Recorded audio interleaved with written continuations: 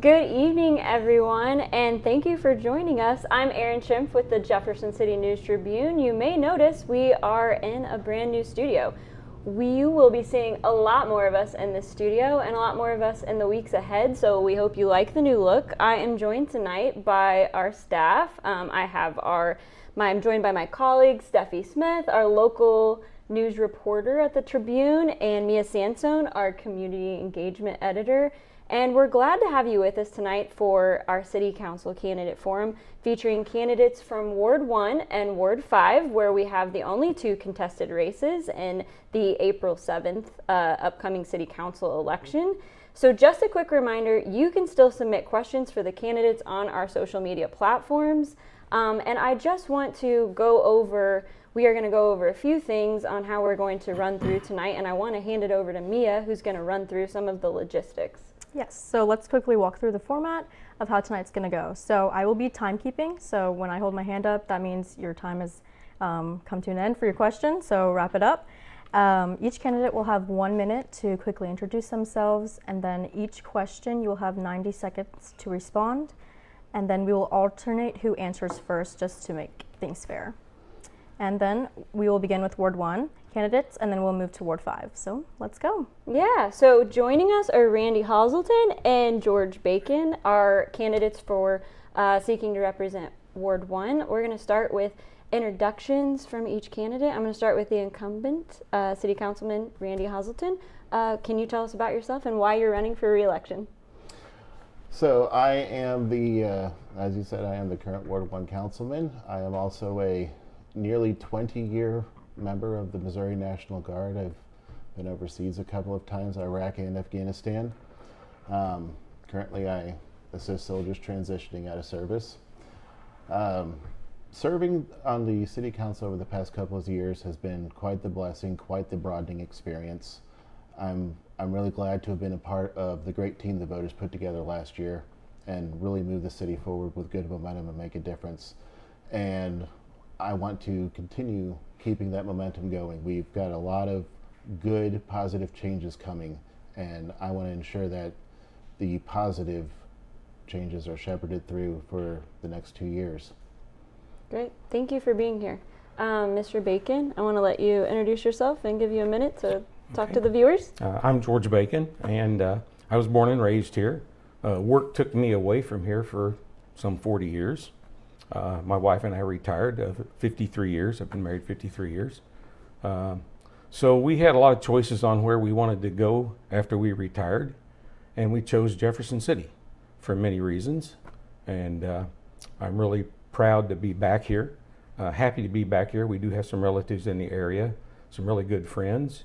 And my reasons for running for council is I want to make sure that Jefferson City stays the same place that I grew up in and learned to love and enjoy and raise my kids and go to school and keep it safe and for other people to enjoy.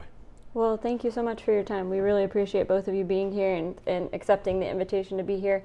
Many of you know Steffi Smith. She is our local government reporter at the News Tribune. We're going to try to cover a wide range of topics that the readers have told us about tonight: economic development, infrastructure, the city's long-term financial outlook. So I want to hand it over to Steffi real quick to start us off, and we are going to start this first question. We'll start with Randy. Yes. Okay, so one of the biggest news in Jefferson City is that the city is getting ready to build a conference center with a joint hotel and parking garage at the corner of East Capitol Avenue and Madison Street. Expected to cost around $130 million. So do you support the proposed conference center? As in, do you think it will bring new visitors and economic activity to Jefferson City? And after it's built, when it's up and running, how should the city evaluate its return on investment? So, do I believe that this is going to be a beacon of opportunity and a gateway for potential new neighbors and investors for the city? Absolutely. Jefferson City has taken themselves out of their role of being the central meeting place for statewide organizations for a long time. This is Jefferson City taking back what is rightfully theirs.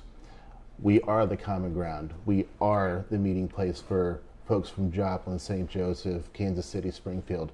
They come here, they engage with their government, and while they're here, they see what Jefferson has to offer, see the wonderful place it is to start a business, raise a family, send your kids to school. We got some of the finest schools here in town.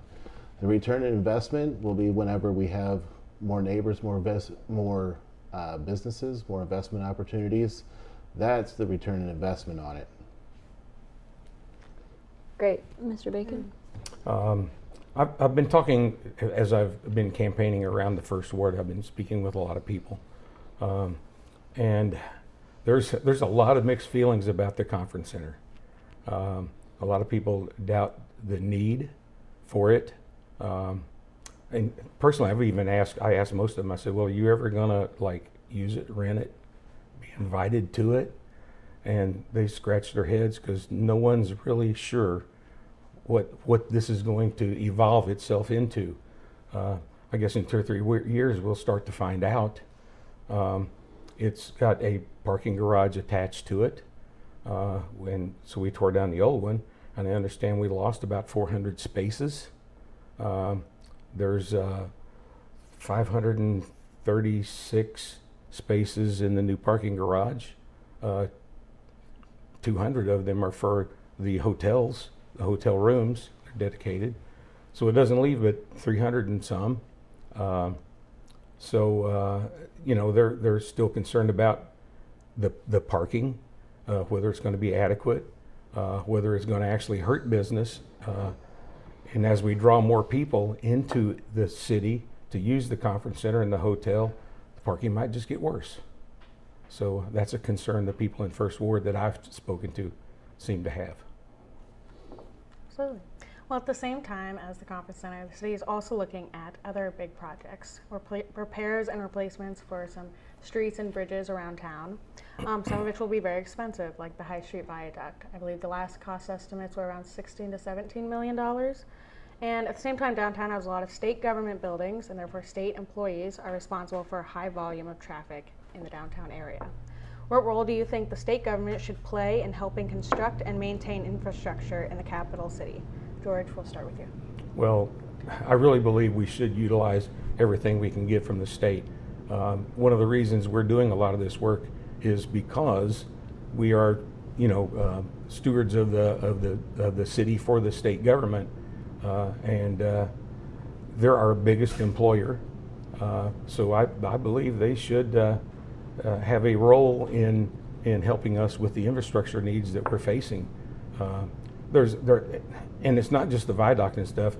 I've spoken to people in the First Ward, and they've picked out streets that they say, my gosh, at least the street, Madison Street, from the expressway up to Cap Region, it'll shake the fenders off your car. So and ambulances run up and down that thing, and I don't want anybody to get shook off a gurney as they're going up that hill. So there's places that need attention quickly, but the majority of the city could use some attention on their roads and bridges. Randy?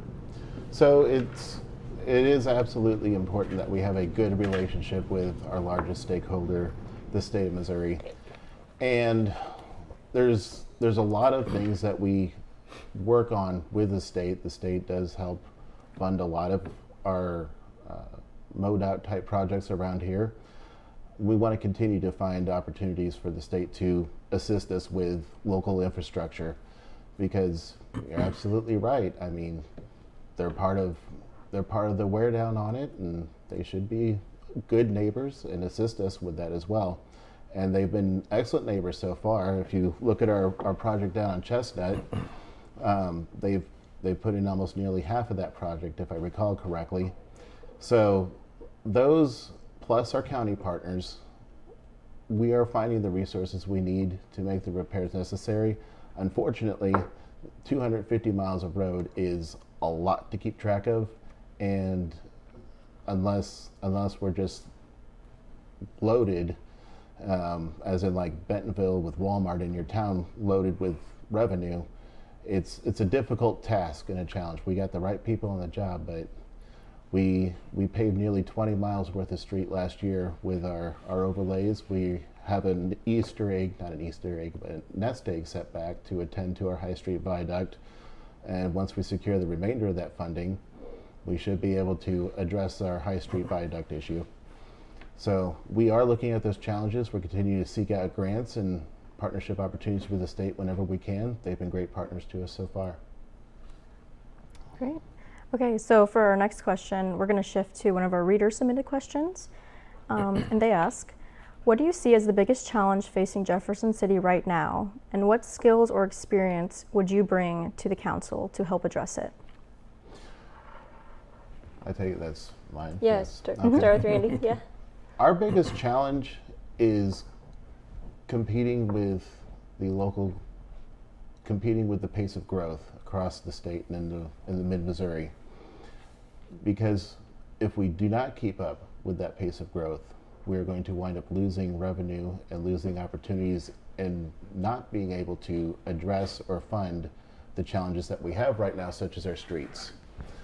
The answer to raising expenses and continually rising costs is not higher taxes, and the bills are not going to get smaller. The answer is we need more neighbors. We need more business partners in our community. We have to do everything we can to attract people to Jefferson City and see the future that is here. And we've done a good job of it. I mean, voted #1 best place to live by USA Today of all publications. I mean, people see that there's an opportunity here and that, yeah, it's a great place to live, raise a family.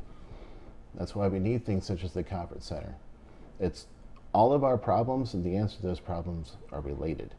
So it's important that we get more neighbors, have more business partners, and grow in a responsible way. And that city of the future may not look like what some people have grown up in, but it's not for them either. It's for the folks of the future. It's for the folks that are raising families today and raising kids. And we need to start thinking about those folks. Mm-hmm. Okay, I'm gonna agree with Randy on some of this, Randy, especially the part where he said this is voted one of the best places to live in America. I couldn't agree more. That's why I moved here. You know, we moved from Savannah, Georgia. I was on the beach, and I came back home. I love this place. So some of our challenge, I'm going to go back to the infrastructure issues that we have.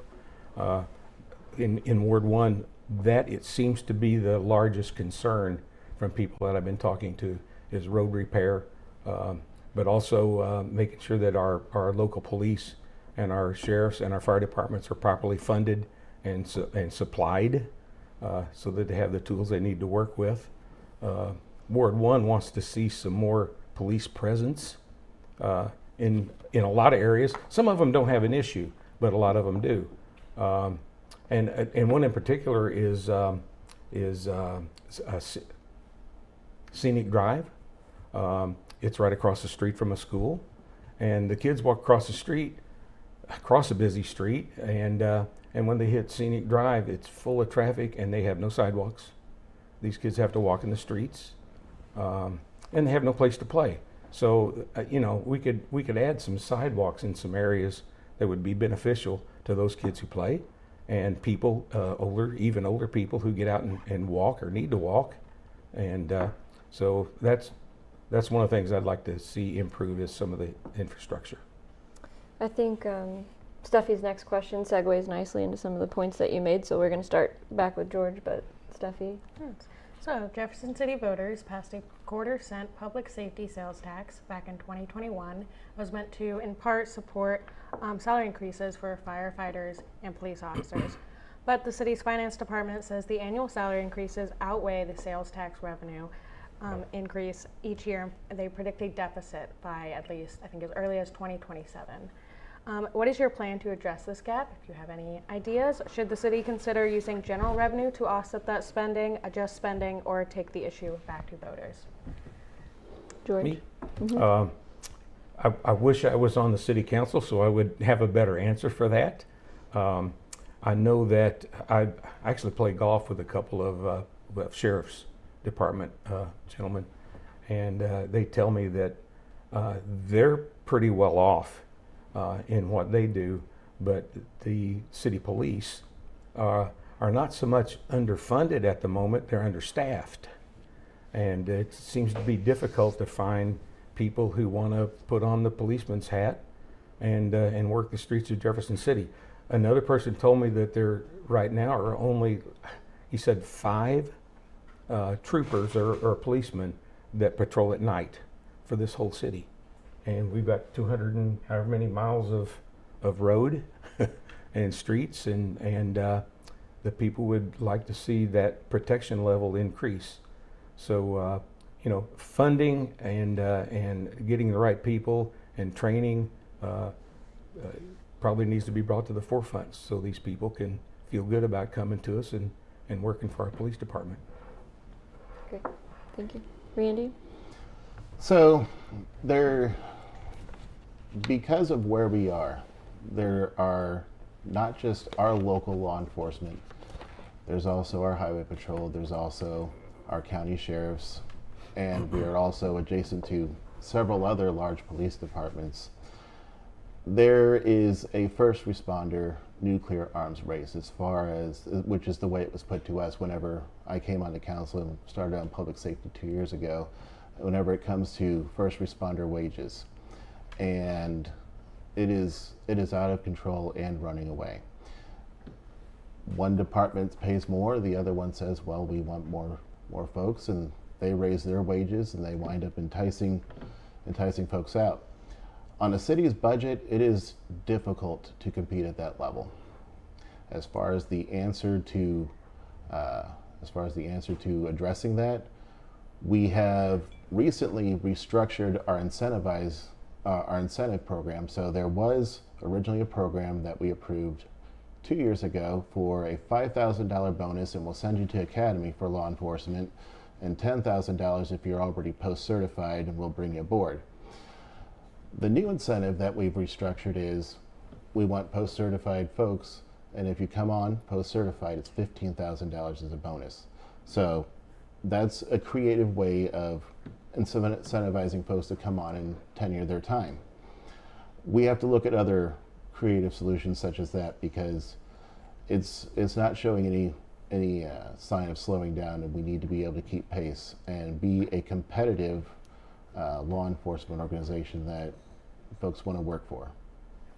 Yeah, so it sounds like the one thing that we can't do is cut salaries for either police or fire, and that's kind of obvious, but Yes. Yes, so we are wrapping up with our Ward 1 candidates, but I do want to give you both a minute to give some closing remarks and talk to our readers. Since we started with Randy, I'll let George go first if you have any kind of closing remarks and just anything that you want to close with from today's Well, I'd like discussion. to thank you for inviting me and Randy to Yeah. come and have a few words. This is a great opportunity for me to be able to give something back to a community that I grew up in. Unfortunately, I did leave for work. I worked for some really large companies. I worked on projects as expensive as $18 billion. I was a quality director for several very, very large projects, nuclear plants, nuclear weapons processing facilities. I've been everywhere but Antarctica. In 2010, they had to put 10 more pages on my passport. So I've seen a lot. I've got a lot of experience in very large projects, and there's some very large projects that the city is facing, and I think I have some insight that should be helpful in a lot of those areas, and I'd like to be able to help Jefferson City grow, and again, I thank you all for your time and the opportunity. Yeah. As I said, I am definitely proud of the opportunity that I've had over the last couple of years to be a part of some big changes and some changes in direction for our city over the past couple of years.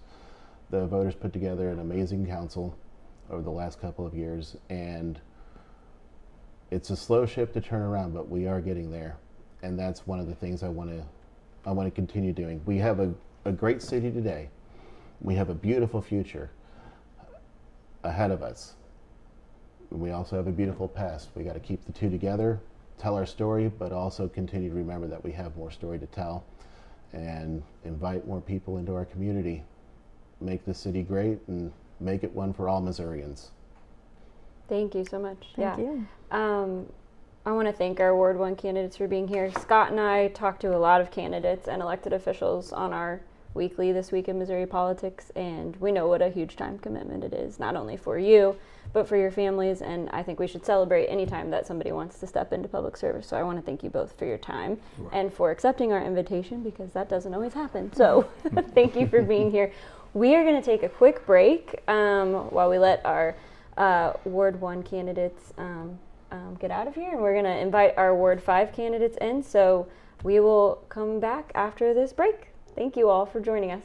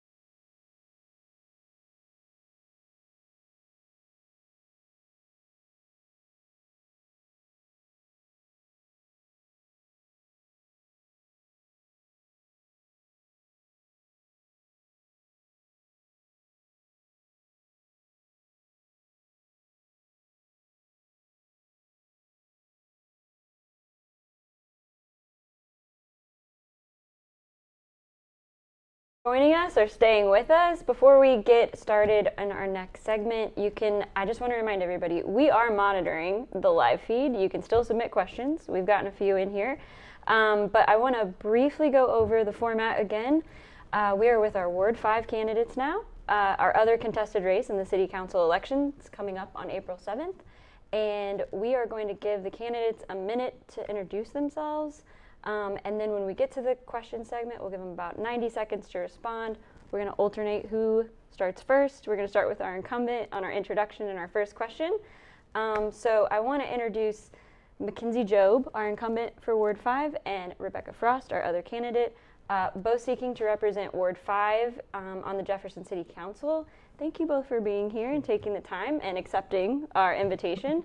So we will begin with 1-minute introductions, and I want to start with our incumbent, Mackenzie Job. Can you tell us a little bit about yourself and why you're running for re-election? Yes, thank you. Yes, I'm Mackenzie Job. I was born and raised in Jefferson City. I have had the distinct pleasure of serving on the council since 2024. Since then, I've worked hard on the promises I made during my first campaign, which is to increase our housing stock in Jefferson City. We've added about between 400 and 600 new units of housing that should be going up. Always focusing on improving quality of life in Jefferson City for our residents, beautification, pedestrian safety. We have approved and implemented several different types of engineered crosswalks throughout the city, so that helps visibility for pedestrians. We've also extended our greenway system. We've got a new state-of-the-art soccer and sporting complex. The River Market down at the Missouri State Penitentiary grounds will open soon. That will be a park pavilion where you can have events, or a farmer's market, and it has a great river view. We extended Wildwood Drive. We've invested very aggressively in street maintenance, infrastructure improvements. We've added public art around town, and I would love to continue a lot of this exciting work that I've started, so I'd love your votes on April 7th. Thank you so much. And Rebecca, thanks for being here. And please tell us a little bit about yourself. Yes, good evening. Thank you, News Tribune, for hosting this event. I appreciate it. My name is Rebecca Frost, and I'm running for the Ward 5 City Council. And because Jefferson City is ready for leadership that delivers real economic growth while taking care of our everyday basics, safe streets, functional sidewalks, and a welcoming downtown. I'm excited about the opportunities ahead, and I look forward to sharing my practical, common sense approach to some of the questions tonight. Thank you. Yeah, thank you for being here. I just want to remind folks who might just now be tuning in, I have Steffi Smith with us, who is our local government reporter. She does a great job covering City Hall, so she's leading the Q&A tonight. And I also have Mia Sansone, who is our community engagement director, and they're going to be asking a few questions, and I'm going to hand it over to Steffi for our first question. Hi, so this is the same question that we asked the Ward 1 candidates about some pretty big news downtown, as the city is getting ready to build a conference center with a hotel and parking garage, estimated to cost around $130 million. So do you support the proposed conference center? Do you think it will bring new visitors and economic activity to Jefferson City? And if the city does end up building it after it's up and running, how should the city evaluate its return on investment? Oh, we're starting with Mackenzie, I'm sorry. Okay. Yeah. All right, so I will address the elephant in the room. I have been a dissenting vote on this project, not because I don't think that it's exciting or because I don't think that it offers a lot of opportunity for Jefferson City. In that way, I think it's very exciting. My hesitation has been the substantial debt service. So I think whenever you go into that much debt, there's always a risk. And with our budget, our budget is a challenging element of being on this council. There's a lot of restraints. So the question for me is, can the ancillary benefits of having the conference center outweigh the debt service, and will our residents end up shouldering the opportunity cost of that debt service? But that said, it is moving forward. The council has been supportive of it, so we're going to keep going with it and try to make sure that we do the best that we can, that it is paying for itself and the citizens are not on the hook for any of that debt. Rebecca. I appreciate Councilwoman Job's caution on the cost. It's important. At the same time, the project is structured with significant private and targeted revenue sources, not a blank check on the current taxpayers. The investment will deliver jobs and visitors by 2028, and we can support it responsibly while protecting the streets and the sidewalks. That kind of goes into my next question. A lot of our viewers have commented on how they want to see sidewalks and safe sidewalks in Jefferson City. And as you guys know, the city puts aside money for street repairs as well as either new sidewalks or sidewalk repairs. Okay, so are there any sidewalks in Ward 5 specifically, or roads that you guys think need more attention? We will start with Rebecca on this one. Walking the streets of Ward 5, I've noticed there's a lack of sidewalks, and I believe that the CDBG grants and other similar grants would be very helpful in putting in sidewalks where we need them, seeing the most needed spaces first, then continuing on. But before we do that, I believe that we need to do prior planning. Look at the utilities that are there, or do they need to be upgraded first before we lay the new sidewalks down, and then 3 or 4 years later we're digging up new sidewalks to lay utilities or renew utilities. So that's what I would propose. Mackenzie? Yeah, so you will find no greater advocate than me for active transportation and alternative modes of transportation. However, this is a complex issue. So sidewalks let me back this up. Sidewalks almost always are within the city's right-of-way easement, which goes back a certain footage on the property owner's property. So while the city could, if funding were available, go in and lay a sidewalk, the maintenance then falls onto the homeowner. So if they have a nice big oak tree in their front yard and eventually their sidewalk has a gap tooth in it, that becomes the owner's responsibility. That can be very expensive. So sometimes whenever owners learn that the maintenance, even though the city could have installed it, falls on them, then you don't get community buy-in. But all that said, there are options for homeowners. So the city has programs where homeowners, if a certain percentage of the neighborhood is on board with sidewalks going in, the city will help with the design and installation of that project. But the homeowners will have to contribute some, but it is substantially less than what they would pay if they implemented sidewalks themselves. The city also has a program where if a sidewalk is in need of repair, the resident can contact Public Works. Historically, the city has offered financial assistance paying for the concrete, but not the labor. So there are some options there. But something that I have supported is exploring TAP grants to continue expanding our greenway system. So you both mentioned grant funding, which does lead us into Mia's next question. Yeah. So for our next question, what is your stance on using federal grant funding for infrastructure projects in Jefferson City? We'll start with you, Mackenzie.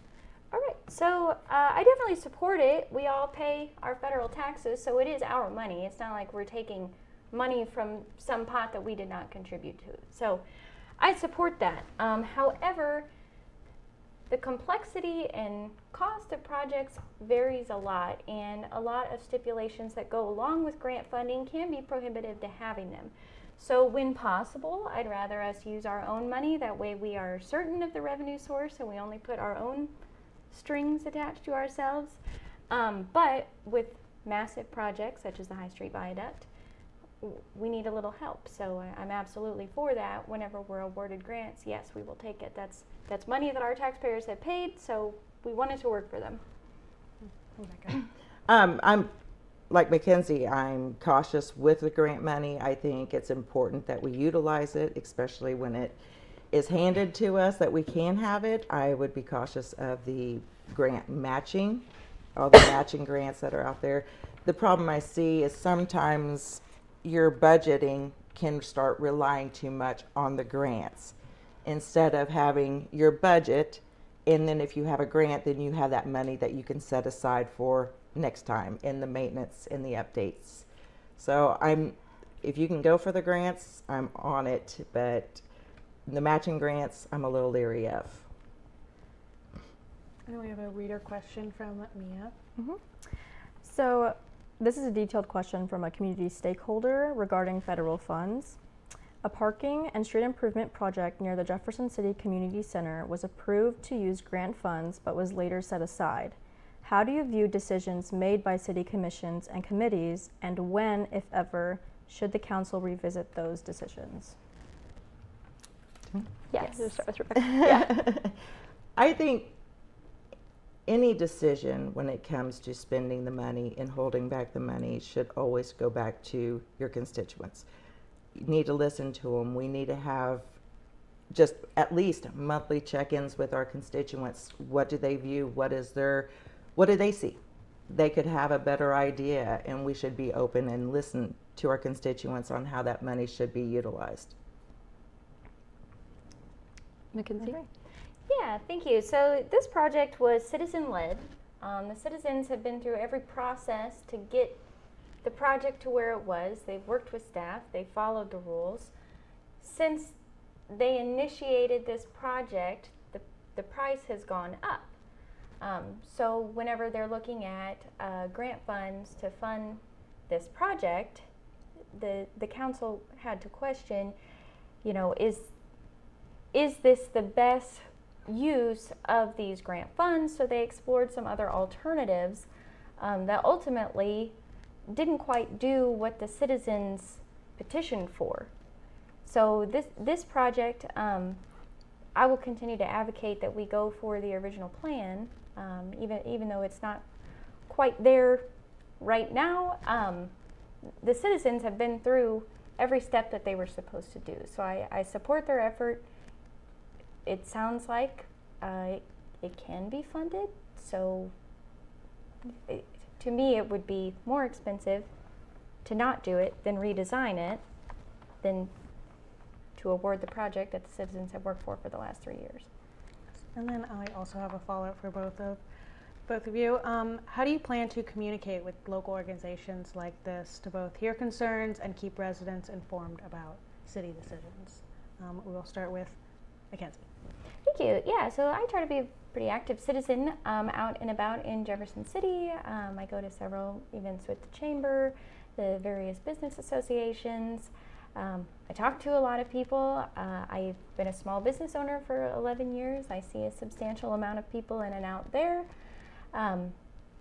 So I'm always hearing from people, and I always welcome their feedback, and I feel like with a diverse range of people that I interact with on a day-to-day basis, that I can keep a pretty good pulse on what the citizens want, and then also maintaining contact with the business community as well. Rebecca. Oh, I think it's highly important for a city council person to be obtainable, where they know if they email you, you're going to respond. They call you, you're going to answer. If they see you on the street, even though it might be a question that might be a little aggressive, or they've got to know that you're there. You're going to hear them out. I work on this every day with my job at the Capitol. I hear from constituents. Sometimes it's not happy, sometimes they're great, and they're excited about what's going on. So for them to be heard is the most important. And then when they see what they're saying is being put into action, it kind of solidifies the fact that why they vote for you. So. Yeah, absolutely. I heard from a surprising amount of voters that just like having their council person's cell phone number is like a really big deal to them. Mm-hmm. Before we kind of close here and give some closing remarks, I do, the Ward 1 candidates kind of gave their perspective on this issue when they answered kind of at a high level the convention center question, but your Ward 1 and Ward 5 kind of converge on downtown a little bit. It's kind of take the eastern side of downtown, right? So we work downtown. We're big patrons and love to support downtown. We have had quite the parking problem down here since they tore down the Madison garage. I feel like this is going to be a level question here, but do you feel like there has been enough attention to the concerns of downtown businesses and patrons while we are in this transition period? Do you feel like there is enough available parking, and do you feel like the new parking system of fines or overall system is working. And I'll start with Rebecca. Perfect. Yeah. I'm excited about this because where I work at the Capitol, I see it all. I would love to get with the state capitol and see what kind of partnerships can happen. There's a safety issue with the parking for the Truman building. They're walking across the street, it's backing traffic up into Witten. We really need to look at what we can do to get a garage right there by the new viaduct that would be coming in so that they're not having to cross the street just to get to work. And some days it's not a pleasant, long walk into that building. But as far as the meters, I love seeing them go digital. I think that's very important. We have a lot of people that visit the Capitol or go to the stores if they had it on their phone and then they got the update, your time's about ready to expire, would you like to add more time? There's a capability of them not to have to go back to the car to put the coins back in the meter. They can just update it, pay, and continue on with business. The maintenance that happens on these coin machines is pretty substantial. So I love to see the downtown upgraded. And I'd love to have that data too from the parking meters, people using their phones, that you can track. Are they out of town visitors? Are they your normal residents coming in to shop downtown? So there's a lot of things that I could get excited about with the upgrade system for the parking. Thank you. Mackenzie? Yeah, so thank you for this question. There was a lot of change recently to parking. Notably, it is a contractor now who runs parking rather than the city staff running parking.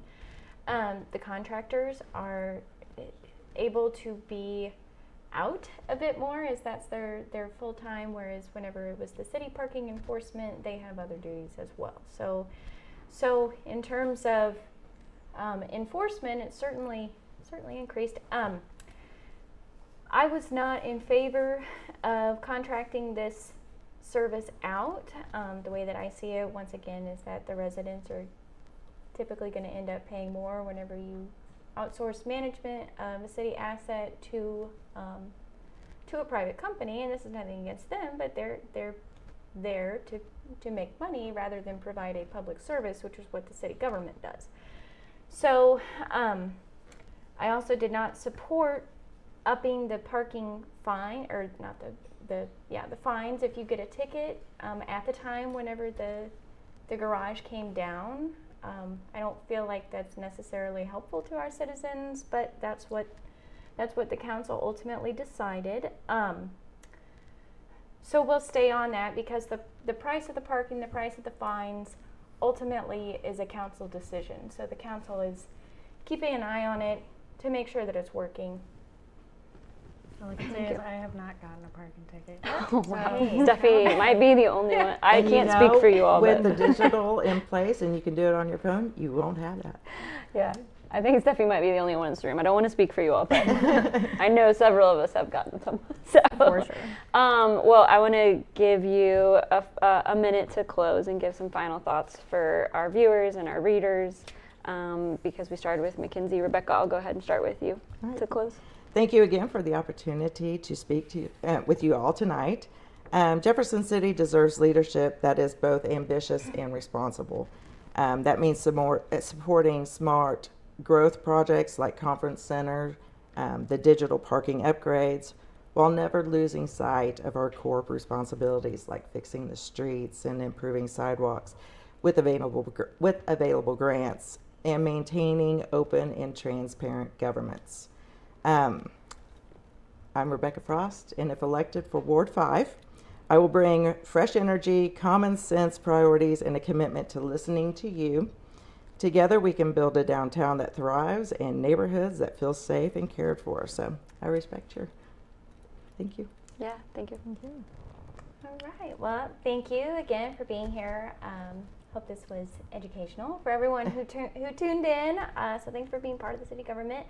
It's my mission to continue advocating for residents first. I believe whenever we take care of our citizens ahead of all else, everything else will follow. So I will continue to advocate for the best interest of the residents of Jefferson City and the use of your tax dollars. So Election Day is April 7th. Add that to your calendar right now and make sure you get out and vote. You can actually vote at the courthouse right now. Well, not right now, it's not open, but whenever they're open through April 6th, you can vote at the courthouse ahead of time. Thank you both for being here. I want to thank all of our candidates for being here tonight. I want to echo my sentiment from the Ward 1 candidates earlier to our Ward 5 candidates.